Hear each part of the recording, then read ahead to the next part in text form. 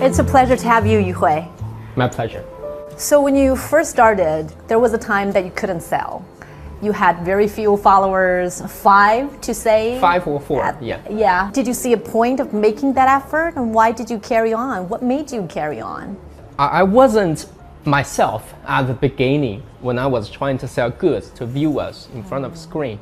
I belittled myself. I thought that was meaningless because I used to be a teacher, an English teacher, for 8 years. So I defined myself as someone who spread the knowledge and what ambition, what mission they should to make for their future. I am not the person to yell in front of screen. That wasn't something a teacher should do. You don't take pride in what you had to do. I didn't find the turning point, even though the world was changing for me, collapsed and reconstructed again. I didn't realize that.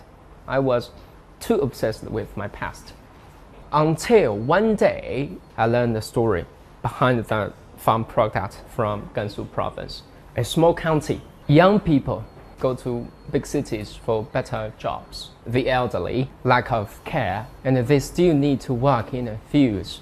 So I suddenly realized that, yeah, that was me. Come on, you were from a certain kind of village, just like that, a small county, just like that. And then now you have the chance to do the right thing. Why are you hesitating for a long time? So I suddenly realized that I cannot be obsessed with my past as a teacher.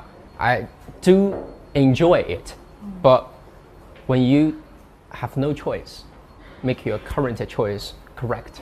So when you were making that transformation, what was the most difficult thing for you? How do I define myself? Yeah. How I define myself is the major key for my work.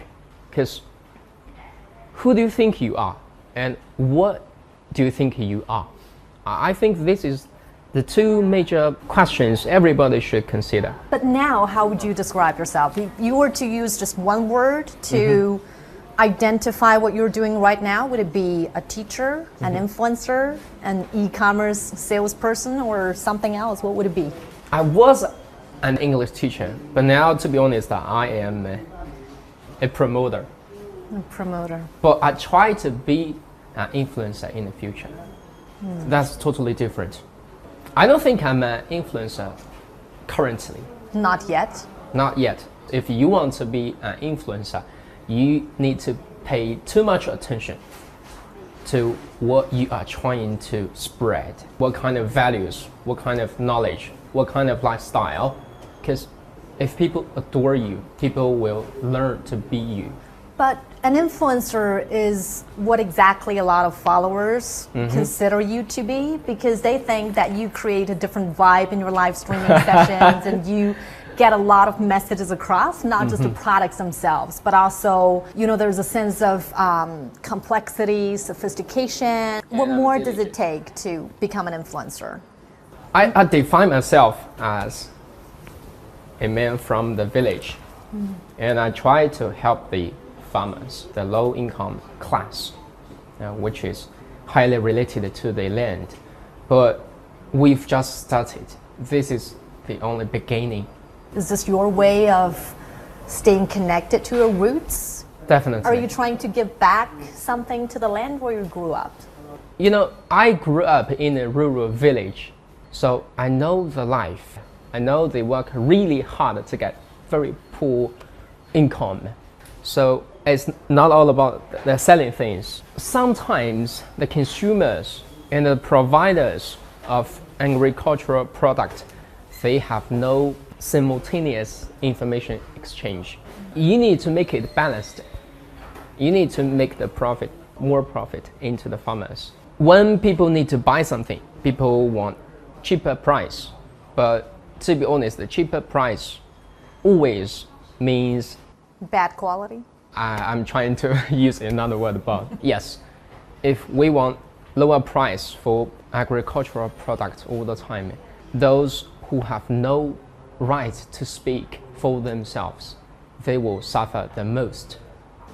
What do you envision to be the future of the e-commerce industry? I don't know. To be honest, I'm not a business leader. I'm just a lucky young person. But in my opinion, e-commerce is just a different way, a different approach. You need to improve the quality. You need to improve the industry standards. You need to build the whole line to sell things at a proper price. Because the business industry, they still need profit to make improvements, to pay the workers. But then you found a way to associate or to transfer what you did in the past. How do you interpret your own success? First, how do you define success?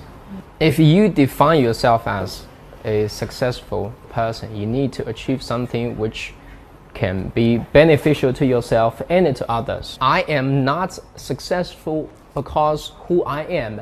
I am lucky for who I am and what I am. When you have people's attention, you need to cherish the time they spent with you. What kind of values, what kind of knowledge, what you are trying to spread.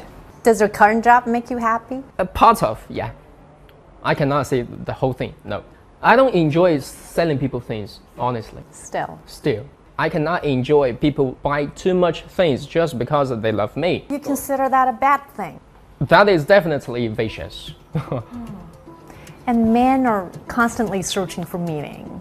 There needs to be a sense of purpose to keep you going, to keep you strong. Have you found that purpose? I think so.